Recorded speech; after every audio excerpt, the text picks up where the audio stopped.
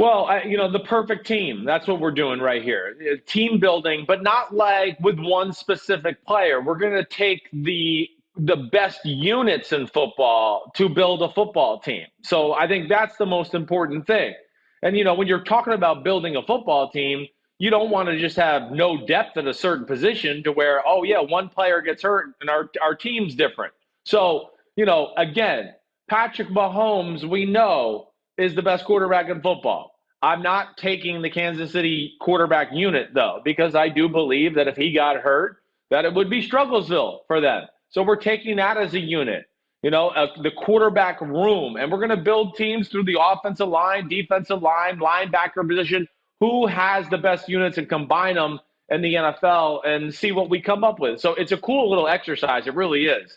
I mean, there was some tough choices along this where I was going back and forth between rosters and pulling up a little film here and there just to go like, all right, let me just watch this guy for a second. So it's a good idea by you and Pete Demolitolitis. It's a good exercise this time of the year. And the segment is going to be defined, as you described it, by how you rate the groups, not the individuals, but the groups, the collective talent, each position room in each building. I'm coming into play not only as the curious fan listening, but you're going to run through the group as I deem most important. So I'm prioritizing the groups. Obviously, the quarterbacks are going to be first. I'm going to let that cat out of the bag. We're going to talk about the quarterback group first. But after that, the next group I bring up will be like, if I'm the general manager, I view this position group as the second most important in building a successful team, and all the way down to the last position group. And I think you'll be surprised by it a little bit, but that's how we're going to run through what we're calling Simms City. You like that? City. Like the title? I do like it. I mean, I hope we don't get sued by the actual Sim City with one less M. I mean, I got two M's. Where is they that? only have one. Where is it? It's like a huge. My little girl plays it on Xbox. Sim City. They can create their own world. It's like, I want to say it's Sims for Simulation City. That's why they say Sim City, to where you can build your own towns, cities, lives, everything. I watch my 13-year-old daughter Charlotte do it, and I mean it's actually like one of those games where you see your kids play, unlike Fortnite, where you go, whoa, my kid's actually learning and problem solving and learning how to build things, rather than Fortnite, where they're just getting dumber by the moment and talking trash into their earphones, like, oh, I got you, I killed you, eat that. Like, I don't even understand that part. I don't. It's crazy. I thought that building game was called Minecraft. Is that, there is that too. Minecraft? There's Minecraft too. It's very similar, except I think, I don't really know what the difference is. I can't really tell you. I don't know. So, But either way, we're showing our age and that we're out of the video game world and we have no clue. So, I'm done with that. I've been playing some Mortal Kombat on Xbox lately, though. I've been enjoying that. To like sit in the house with the kids here, we got nothing going on. I was like, all right, we got to find a game where we can all play together or fight or do whatever. So I've been schooling them in Mortal Kombat, which is, I forgot how gory it was, but it's been kind of fun doing that. Yeah. How can you get on your kids for playing Fortnite and you play Mortal Kombat? Isn't it the same thing? Well, I mean, yes, to a degree, except like it's just Fortnite. It's just something we do as a round robin. Me, my two kids, the winner stays on and we just play. Fortnite, I mean, my little boy gets up, he goes, does his schoolwork, okay, and by like 12 o'clock, he's downstairs right now. He's streaming. He's playing Fortnite. He's playing with his friends, and there they go. And they just go into this wormhole of like, hey, we'll see you in 5 hours, and he's going to come up and be hungry and impatient and a real pain in the ass. And I go, that's the Fortnite right there, and that's why I'm going to ban that shit if you don't correct your attitude. And that's usually how the afternoon conversation goes. We're all having some version of the same conversation or argument at every house where we're trying to parent our kids away from spending too much time on the Xbox. All right, No Sim doubt. City. We've each spent too much time, as we talked about, getting ready for this. I'm starting out with the most important position group. No surprise here at all. Quarterbacks. And before you dive into which one you like the best in the NFL, just a reminder, it's not the best quarterback. This is the best quarterback group in the NFL. So who do you got? Yeah, and again, I mean, you're right. If you're building a team smartly, you would never just put all your eggs into the one-person basket. If you're the New England Patriots and Tom Brady gets hurt or he gets suspended, man, we don't want to go 0-4 and then be in the hole and then have No, we better have some backups to play. If you're the New Orleans Saints and Drew Brees and you're a Super Bowl team, and man, what happens if Drew Brees got hurt for 5 games? Oh, wait, that happened. And they had a good quarterback room and went 5-0 when he wasn't gone, and it saved their season. So, yes, when I look at the quarterback room or the situation that's the best in football right now, it's the New Orleans Saints. It is. I mean, they're covered from all angles through injury, creativity. No matter what it is, their team will not be ruined if a Drew Brees got hurt. And in fact, there won't be ruined really if their backup got hurt. But let alone it gives them the flexibility at the position to do some really unique things. And, this one was, I think fairly obvious. I think if we're going to do this exercise, you look at those three guys they got down there with Taysom Hill, Jameis Winston, and Drew Brees. That's a special group. We know Winston can play at a high level. We know he's got to fix things. Brees is, a Hall of Famer for a reason. And then Taysom Hill is, the gadget guy and a phenomenal athlete. But as you've seen the last 2 years, and we've both seen, he can push the ball down the field and make some things happen with his right arm too. So I think with all of those things encompassing, the Saints are the leaders in the clubhouse as far as a quarterback room and depth is concerned. Yes, however, and you brought up the main point with the Saints, and they hit it out of the park in this position last year. Drew got nicked up 5 games. Teddy Bridgewater comes in. They go 5-0, like you pointed out. He only threw 2 interceptions in that entire time. And Jameis Winston, more talented, more experienced than Teddy Bridgewater. But let's say the same thing happens this year, and they don't go with Taysom Hill. They go with Jameis Winston. He comes in and performs like he has been. He's throwing a pick or 2 picks per game. Are they still going to win those 5 games? Or are they going to go 2-3? And that's my worry with that pick, because I thought you might go there. And I don't hate that selection, but my first thought as a naysayer, which I get to play sometimes, what about the picks that Bridgewater avoided last year? Well, hey, listen, it's a great question, and it's a real problem. There's no doubt about that. Yes, Teddy Bridgewater, he's careful with the ball. He's one of those guys where I would have said, again, he's like in that Tyrod Taylor camp where I go, he's not going to win you games, but he's not going to lose you games either. And there is something to that. Jameis Winston can win you games, but he can also lose you games. He is almost the exact opposite of Teddy Bridgewater. I'm taking this into account. The fact that he's got arguably the greatest offensive mind in the sport and one of the greatest quarterback teachers in the sport hovering over his shoulder on a daily basis to correct those things, let alone when he sees the influx of offense and ideas and the amount of easy completions that Sean Payton can deliver to a quarterback, during a game. I think those things are going to pop to Jameis Winston. He's ready to go. We've had some fun with this where, he's not going to have to risk it to get his biscuit. Sean Payton's going to go, no, listen, I got a formation and a play here that's going to screw the defense over, and I'm going to find you a wide open completion for 6 yards. Don't make it more complicated than it has to be. Just listen to what I say and throw to the guy I told you to throw to, and it'll be that simple, or his ass will be out of the league. So you're right. It's the big question, but I'm betting on Sean Payton, I think, to fix Jameis Winston more than anything. You just answered one of the questions I had written down under quarterback here, and that's how much will Chris value the play caller? Because you relaying that opinion takes me to Kansas City last year when Matt Moore came in and Patrick Mahomes got hurt and Matt Moore. I mean, there were a lot of opinions about where it could go. And if you told Chiefs fans, you know what, you'll win 2 out of 3 games in this time. You'll score still in the high 20s. There won't be a single interception thrown. I think every Chiefs fan would have taken that. And I give a lot of credit to Andy Reid as the play caller, as the guy putting it together, just like you gave future credit to, I believe in Jameis Winston because I think Sean Payton's going to make his life better.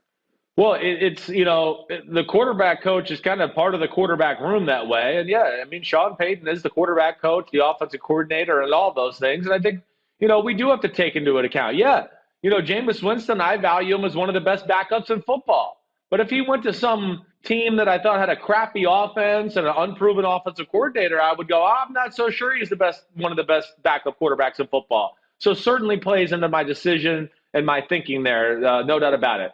And hey, Um, just to add some other teams into the conversation, just that I yes. thought about, right? The Ravens, they were one with Lamar Jackson, RG3, Trace McSorley. Again, it's not that I think all those guys are amazing, but they fit how the Ravens want to play. And that makes sense to me. That's where it's a good room.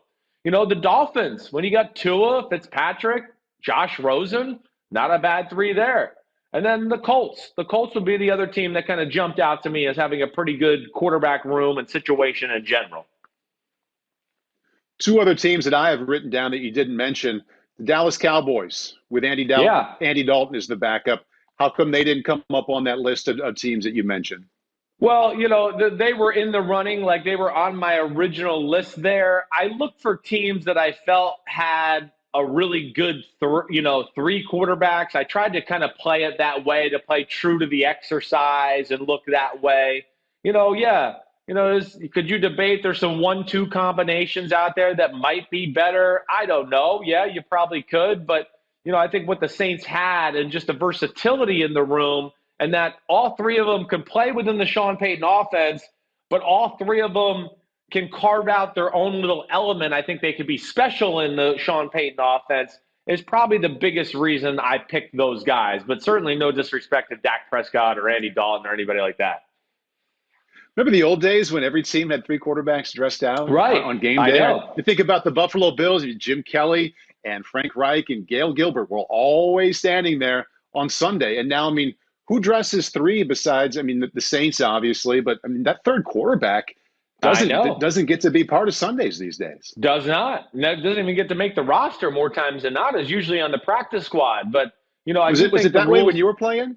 It was towards the end. Early on in my career, it was not. But then towards the end, when, they started to make the rules different and things like that, yes, it changed to where a lot of the times it would be only two quarterbacks. Now, Gruden was different than most of the coaches when it did change, where he still dressed three. So we had three a lot. But the league was certainly changing to where most teams we played only had two guys on the other side that dressed, and they had some sort of emergency quarterback. All right. So that's one thing, quarterbacks.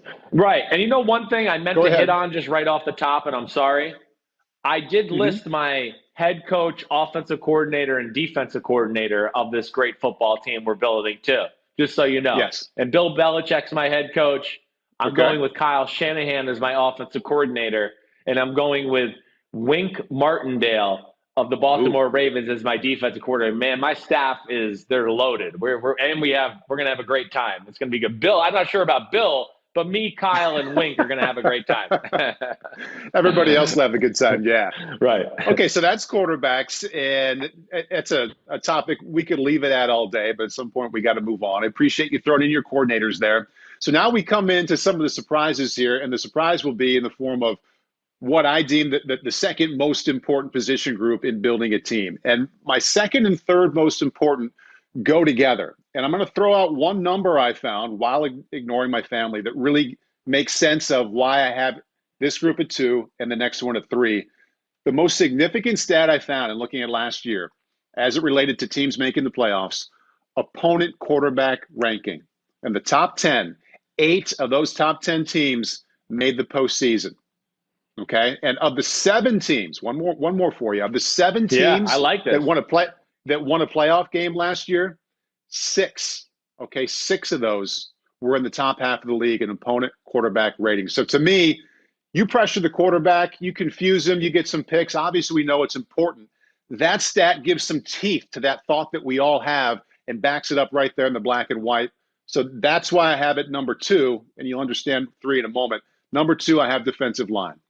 Yeah, I get that. I think, to me, and I don't know who you'll have at number 3, and I don't even want to ask, but I got no issue with you saying defensive line is second most important.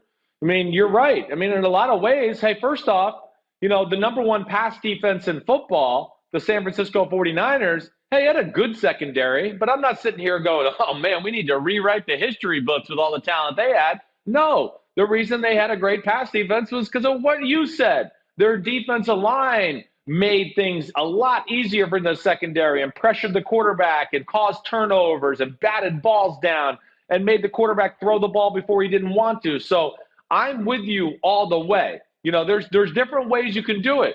You could do it that way as far as the 49ers is concerned, or you do it like the New England Patriots who did it, where they put more assets into the actual secondary, and then they get a mixed match of different guys up front, and they try to confuse you and get pressure that way, right? Instead, because they don't have the studs. But either way, it's an interesting conversation and talking point. And listen, Paul, I'm not going to argue there. To me, it'd probably be defensive line or offensive line, one of the two that would have been the next up for me. And we'll see where we go. We'll talk about that. But I'm with you. So for defensive line, what's your favorite group in the NFL? Damn, this was a tough one. I mean, it was I wrote originally like 6 or 7 teams down, and then I cut it down to 5. And then I really got down to 2. And then ultimately, I picked the team we just talked about, which is the San Francisco 49ers. I did. And I know they lost to Forrest Buckner. I understand that. But first off, I love Javon Kinlaw, who they drafted out of South Carolina. Again, I don't expect him to be DeForest Buckner from day one, but I think he's going to be plenty good, disruptive, and a key part to that football team. But it's the rest of the guys and the depth that they have behind it that I think is unbelievable. When you get into the Nick Bosa and then the Eric Armstead and the D Ford, and then you start talking about Solomon Thomas and Ronald Blair and DJ Jones, which are guys I understand are not household names, but you got to trust me, somebody that evaluates football. And if you watched the 49ers last year, that they had a big part in that football team. Not only with the rotation, just sending fresh guys out there, but guys like DJ Jones and Ronald Blair were disruptive too. Like, I would argue it was one of the better backup D lines in all of football. It wasn't just like, hey, come in and we really fall off, but we want you to rest. We want to rest our starters. No, these backups would come in and cause disruption and be a handful too. So I think with the top level talent added with the depth conversation, I got to go with the 49ers on the D-line combo. I have one word written down here under D-line in all caps, and the rest are in sentences, but the one in all caps is disruptive, and you just used that word 3 times to describe what the 49ers have up front. That's exactly right. We talked about it. They're not famous for their man-to-man coverage. They're guys in the back end where we're going, they'll lock people down and just, they'll make the quarterback pat on the ball because nobody will get open. No, the 49ers are almost the opposite. They're kind of simple in the back end. And they basically say, we're not going to let you have any big plays, and we're going to make you sit there and wait for a second as we play zone and let your guys get into the holes of the zone. But can they get into those holes of the zone before our 4 super freaks come there and rip your quarterback's head off? I don't know. And most times they couldn't. So that's really the beauty of it. And then when you talk about a great defensive line, you got to talk about the ability to be versatile, a mix and match personnel. Hey, one week I need a pass rushing D-line. Hey, this week we're playing the Cowboys and we need to have a big run stopping D-line. They can kind of do all of that. And I think that's kind of the beauty of that 49ers football team right now. I thought that would be an easy pick for you, that even though you respect a lot of the other groups, that it would be San Francisco and then everybody else. But it sounds like it was difficult. Who was the closest second to the Niners? And when I first started, this team didn't come right to my brain, right? But then as I started to dig through, the Chicago Bears, that was the one that I looked at and went, damn, the Bears got some studs. Just right off a base level, when you talk about Khalil Mack and Robert Quinn on the edge, and then you talk about Eddie Goldman and Akeem Hicks on the inside with some good rotational players behind them, like a Roy Robertson Harris and a Brett Urban and a few other guys, you start to go, holy crap, that Bears front is the real deal. And, just so everybody knows, Khalil Mack, he's listed as a linebacker, and some of those guys. They're not linebackers. They're defensive ends. They can list them as whatever they want. Their job is to play on the edge and get after the quarterback. Yeah, they might drop back into a zone blitz coverage 3 times a game out of 70 snaps. That doesn't make them a linebacker. They're a defensive end, and that's how we counted them in this exercise. I mentioned at the top before we got into this defensive line group and why I had them as the second most valuable group when you're building a team, that there were 2 teams in the top 10 that did not make the playoffs, and the Chicago Bears were one of them. And Chicago showed up a number of times in the postseason stats that really tell a good story. If they had, Let me guess if the they had other. Let me average guess the quarterback other. play, Oh, they had sorry. average quarterback play. Yes. Go ahead. Yeah. Well, no, you're right. Go with your point, and then we'll get into it. I just go ahead. Say whether the average quarterback play what?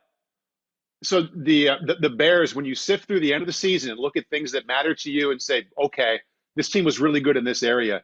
They were really, really good up front in the front seven on defense and on the back end. If they had average quarterback play, if their quarterback production was between 12 and 20, and I don't know where it was on there, that's potentially a playoff team. The other team was the Steelers. The Yeah, Steelers were that's the what other I team. thought. Right. I thought so. I mean, and hey, similar situation. What was it?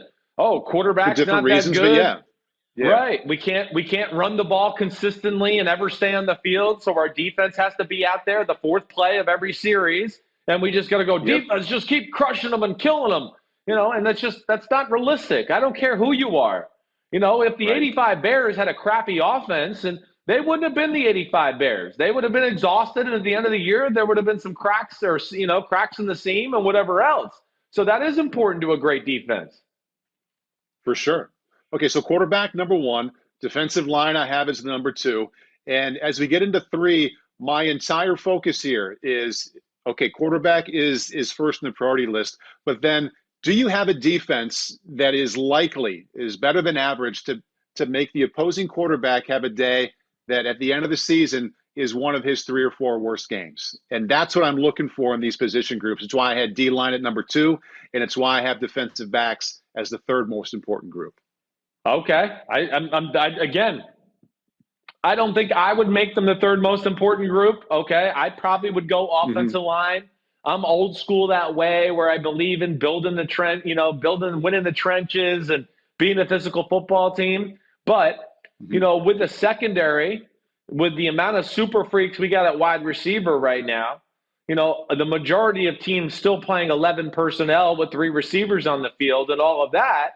The secondary it's crucial, let alone, you got to have some versatility in your secondary to cover tight ends and running backs and the different mismatches you'll see in a different week, to where, I think you got to put more thought into the secondary. And it's more than just having 4 guys, on a weekly basis this day and age. No, if your secondary doesn't have about 7 or 8 guys that can go into the game and play big nickel, big dime, small nickel, whatever it may be, then you're going to find some matchups during the year where you're not going to match up and you're going to lose football games. So it is very important. And, of course, the New England Patriots have showed us that it's very important in that, and they're kind of good the last time I checked. Yeah, and I want to get right back to you on which team you have first. I think it might be the Patriots. But I did not initially have defensive backs this high in the group, but then I went back and really thought about it. And you mentioned you got to have more than 4 guys. That's not just depth in your room. On the field during the game, I mean, 5 is almost a given, and 6, I'm going to guess, is close to half the time defenses are playing with 6 defensive backs on the field. Yeah. And with how important it is to have a safety who can not only guard a tight end, but come down and actually, play as a linebacker for a significant part of the game, and how important it is to have a third defensive back, a corner, who can give the slot receiver fits in the slot. As we're seeing, that's so important to a quarterback and to an offensive coordinator. It just, the more I thought about it, the more I thought defensive back should be higher in the list. So that's why I have him third. So enough of my reasoning. No, but Paul, your points are real. Don't discredit yourself. I mean, you're right. And then we're seeing different type of slot receivers. 1 week it's Julian Edelman, right? And then the next week you're playing Michael Thomas, and you're going, wait, this guy that covered Julian Edelman last week, Michael Thomas is pushing him all over the field and just moving him out of the way. We can't stop him. So the next week you better have a DB or a nickel that can match the size and physicality of a Michael Thomas, or the Travis Kelce's and the Zach Ertz of the world and all those things. Points during a game, you got to treat them like big wide receivers. So I'm not mad at you for making them, the third most important. I'm shocked. You're an ex-quarterback. I think you'd want to stay clean in your uniform and things. But other than that, I get it. That's coming up. And also, with how smart these offensive coordinators are with their formations, we used to have a thing where we'd line up and say, okay, line up and bunch right, and this week we're going to explode to train left. So you have Travis Kelce next to the tackle, just like the defense is expecting when you line up, and then after the quarterback says set, he's going to go out to the left and find your third best corner out wide. So it's not only that you got to have a slot corner and you got to have a safety that can play linebacker. Your third best corner might accidentally get matched up with the best tight end in the league a handful of times each game. So the more I thought about it, I just thought defensive backs needed to be high up on the list. I actually thought about having them at number 2. So your favorite defensive back group would be? The Patriots. Yeah, it is. It just, everything we just talked about, the Patriots have. One, they can play. I know they can play zone coverages and be really creative, and they got smart guys that know how to organize it and disguise it, like Patrick Chung and Devin McCourty and all that. But then, Paul, to a bigger point you've been talking about, the DB is so important too because of what you're saying. The formations, the offensive coordinators are more creative. The throwers and catchers are better now than they were 30 years ago. If you think you're going to play zone coverage on 3rd and 4 in the NFL anymore, you better have the best pass rush in football because, the good OCs are going to find a way to get in a formation and find a 5-yard completion on 3rd and 4 against the zone coverage. So you better have guys that can play man-to-man. And New England, to me, has one of the best duos in football with Stephon Gilmore and J.C. Jackson, let alone they have 2 really good safeties in McCourty and Chung. And then when you start to dive down the other names where you talk about, like guys that can be versatile and do different things. Oh, they got the Jawan Williams out of Vanderbilt 2 years ago. Oh, what's he? Well, he's a 6'3" corner. In case Travis Kelce splits out, they got a guy that's big and physical and can match his length and give him issues there. Jason McCourty as being another corner that can play outside in case they go, wait, we got to reorganize how we do this week. They're a little bit of a bigger wide receiving core. Hey, John Jones, who's a great nickel guy, we're going to keep you off the field in nickel this week because we need some bigger guys. So we're going to have J.C. Jackson, Gilmore, and Jason McCourty instead of Jonathan Jones, where, okay, now we're playing a jitterbug type slot receiver. Hey, Jonathan Jones, you come in and cover him. So it's the versatility, it's the depth, it's the talent, it's the ability to match up with wide receiver groups that are very different across the board in the NFL. I know last week we talked about, I think I talked about it with Ahmed. Wide receiver rooms, a lot of times you want them to be like a basketball team. You want that big post-up guy that can catch 50-50 jump balls. You want that slot guy who can cut on a dime and make all those things happen. You want, that shooting guard who can just fly and just do it all. And within that, if you expect to stop those type of offenses, you better have DBs that can match up with that too. And I think that's where Bill Belichick, of course, has been ahead of the game, and he's realized that. In your mind, how close are safeties to being tied with corners in terms of importance at looking at the entire group? Right now, I'd argue it's as important as ever because, to something you led off the segment about, most teams are playing 5 DBs almost every play. Half the game is probably about close to 6 DBs. So you need a guy that, with the safety play, hey, Jamal Adams, we need you to play, your deep half and have great range back there. Oh, hey, it's 2nd down. We got the same personnel group, and we need you to get up there and be like a linebacker now. Can you tackle and take on pulling guards? Oh, hey, now it's 3rd down. We need you to cover a tight end man-to-man. So the safety play, because of the versatility of the offense is staying at the line of scrimmage and, not huddling and getting in tempo offenses and doing signals. You got to have guys in the back end who can do a little bit of everything so your defense isn't compromised with, getting stuck out there with the wrong personnel and all of a sudden you can't match up and you got to call a timeout and reorganize your thoughts or whatever. I think safety play very important. Before I get back to the offense, it's going to be heavy offense here for a while too. As I look at my list, who came up second on your list of best DBs? Well, the Ravens jumped right out to me, and ultimately, really, what led me not to give the Ravens the edge, because the Ravens, I think you could sit here and argue, the corners, when you talk about Marlon Humphrey and Marcus Peters and Jimmy Smith, you start to go, well, damn, that can rival the New England Patriots. It's the safety that's an issue for me with the Baltimore Ravens. That they're just not as talented as the guys in New England. Earl Thomas, a legend, a Hall of Famer, but he's not one of the 10 best safeties in football anymore. That ship is gone. It's done. Sorry. So that was really the issue there. I also thought about the Los Angeles Chargers. I think they're in the running of things out there. When you go through that and go, the Chris Harris Jr. and Derwin James and Casey Hayward, and I'm blanking on the other corner they got over there, number 43. I'm blanking on him. But they got him and Desmond King from your Iowa and all these guys that can do different things too, to where that's a pretty damn impressive group that certainly jumped out to me. Okay, defensive backs third, right after defensive line, I had as the second most important group. Now we're getting back to offense. We're going to stay here for a little while. Fourth most important group I have as offensive line. And I had quarterbacks once. You got to protect those guys. And I'm looking forward to hearing who you think has the most depth here, because we could all name the best offensive tackle, and we could talk about left tackle and right tackle being drafted high. But I want to hear about the best group. And I'm paying special attention here to who you think has the guys who can move around, someone who can play right tackle and left guard and have that versatility and depth, because you don't get to keep that many offensive linemen on your roster, unfortunately. No, you don't. And it's, as you said, it's an important position. We just talked about D-line, how important that is. There's more physical freaks at the defensive line positions than ever before in the history of football. So you better have some cows up front that can move people out of the way. And you're right. One of the challenges I fell into was, whoa, okay, this group's got, 4 out of 5 awesome offensive linemen, but damn, they got no depth. And wow, this one's got 3 out of 5, but that does have depth. And, where to balance that and go with that conversation was not easy.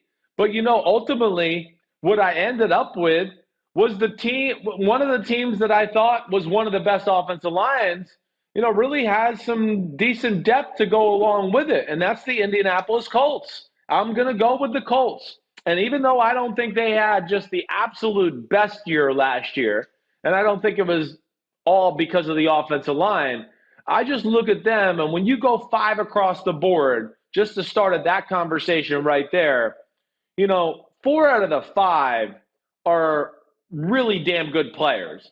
And Quentin Nelson is the best offensive lineman in football for my money. So the fact that they have him, and then a Ryan Kelly at center, who's really good, and then Braden Smith at, the right tackle position, he's a really good football player. So you take that into account, and then, okay, hey, there's Mark Lewinsky, right? He's there. He's the weak link.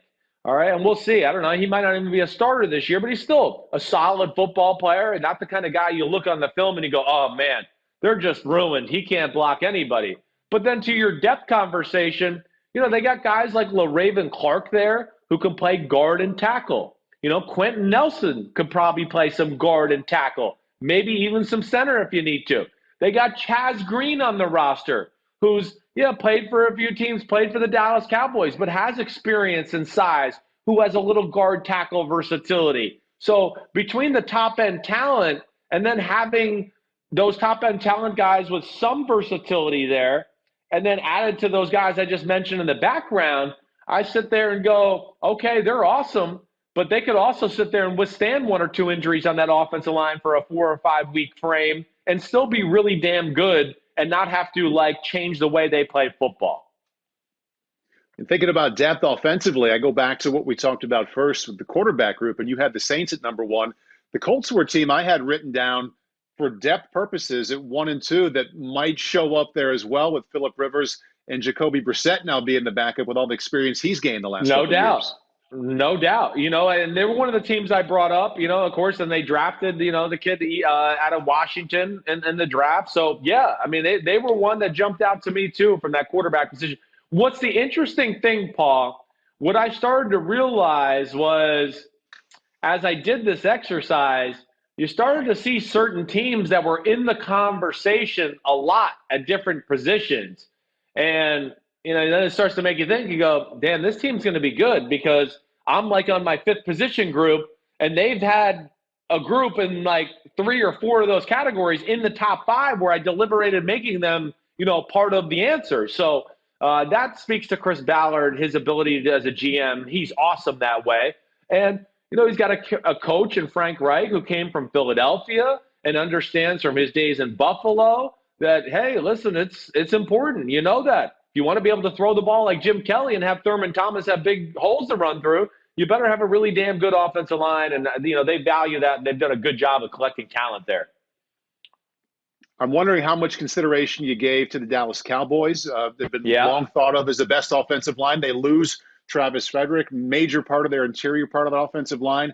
And also the Ravens. They also lost a Hall of Fame piece, and Frederick's not a Hall of Fame piece, but they lost a guard in Marshall Yanda, who will be in Canton someday. How about those two teams? Yeah, they're right here on the short list. There's no doubt about it. The Ravens, I love the two tackles. They're gigantic, but the guard center, especially without Yanda, the three guards, the two guards and center combination, listen, they're good, but they don't blow me away. Now, they do have depth there in Baltimore, so I like that fact to it. But I just don't know if the top 5 was good enough for me to compare them to the Colts. And, some people are going to go, well, they had the number 1 rushing offense in football. Okay, I understand that. That doesn't mean they were the best offensive line in football. If you put Lamar Jackson behind the Colts offensive line and they decide a running back for him, trust me, he'd have big holes too. It wouldn't be like, oh, no, I can't run anywhere. Where's my Baltimore blockers? So, I think that was the big thing. But the interior part there, for really them, and I think the Dallas Cowboys, they have a question at center and guard. We know one of their guards, like you said, but Zach Martin is awesome. He's probably the second best offensive lineman in football behind Quentin Nelson. But, yeah, there's a center guard question there in Dallas. Tyrone Smith has really battled some injuries the last 2 years. And I think those were the little things I looked at to just go, I don't think it's quite as good as the Colts. Now, I got two other teams that jumped out to me in this combo. The Saints, that's another offensive line you can look at, especially with their current draft pick and Cesar Ruiz in the first round. The tackles they have, right? Ramczyk might be the best right tackle of the game. Teron Armstead's really good. I don't think he's in the conversation for one of the best, but he's really good. Andrus Peat, at guard, when he's there, he's really good too. So that was another team, Paul, that I looked at that was really close. I think just who plays center, who plays guard there was the reason I didn't go with that. And then sneaky, the San Francisco 49ers. The fact that they added Trent Williams, I looked at that top 5 group right there and went, damn, that's when you just talk about, Trent Williams, McGlinchey, Weston Richburg, and Laken Tomlinson at guard, that 4 right there, that'll compete with any 4 in football. That will. Now, that other guard position makes you want a little bit more, and their depth isn't great, and Trent Williams hasn't played football in a year, and that's why these are all the reasons I led the Colts as the number 1 O-line in football. Niners are a great point to bring up with the way they ran the ball in some big games last year. That one makes a whole lot of sense. Hi, I'm Mike Tirico, and thanks for watching. Make sure to hit subscribe for the latest news and highlights from NBC Sports.